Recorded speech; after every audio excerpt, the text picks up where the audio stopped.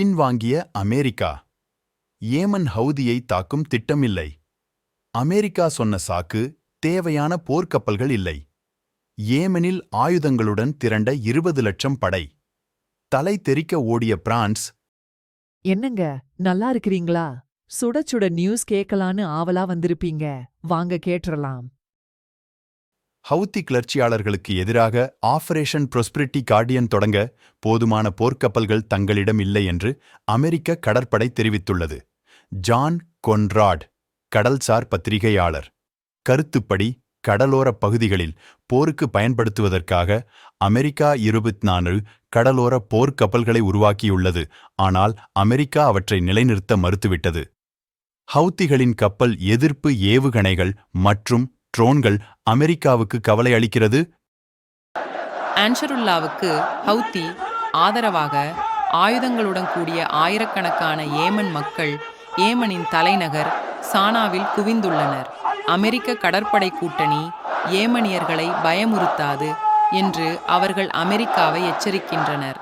ஆப்கானிஸ்தான் அல்லது வியட்நாமில் இருந்ததை விட அமெரிக்கா அதிக ஒற்றுமையான ஏமன் என்ற தேசத்தை எதிர்கொள்ள வேண்டியிருக்கும் என்று எச்சரிக்கின்றனர். ஹவுத்தி கிளர்ச்சியாளர்களுக்கு எதிரான அமெரிக்கா தலைமையிலான கடற்படை கூட்டணியான ஆபரேஷன் ப்ராஸ்பெரிட்டி கார்டியன் நடவடிக்கையில் இருந்து பிரான்ஸ் விலகுவதாக கூறப்படுகிறது.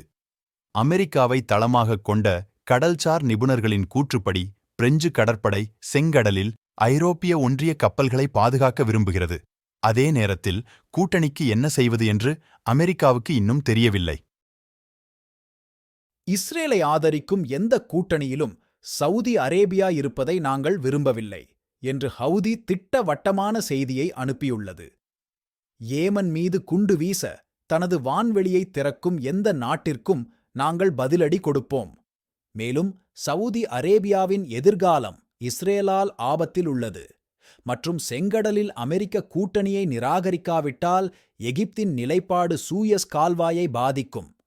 பாலஸ்தீன மக்களை ஆதரிப்பவர்களுக்கு முன்னால் இஸ்ரேலியர்களுடன் நிற்க வேண்டாம் என்று சவுதி அரேபியா மற்றும் ஐக்கிய அரபு எமிரேட்ஸுக்கு நாங்கள் அறிவுறுத்துகிறோம் என்று ஹவுதி இயக்கம் செய்திகளை அனுப்பியுள்ளது. உலகின் பல்வேறு பகுதிகளில் பல்வேறு நிகழ்வுகள் நடந்து கொண்டே இருக்கின்றன. அவற்றில் சிறந்ததை தேர்ந்தெடுத்து சுடச்சுட உலகச் செய்திகளின் தொகுப்பாக உங்களுக்கு அளிப்பதில் பெருமகிழ்ச்சி கொள்கிறோம். எங்கள் சேனலை சப்ஸ்கிரைப் செய்து கொள்ளுங்கள், லைக் பட்டனை தட்டிவிடுங்கள், காமெண்ட் பாக்ஸில் பதிவிடுங்கள், நண்பர்களுக்கும் பகிருங்கள். நன்றி.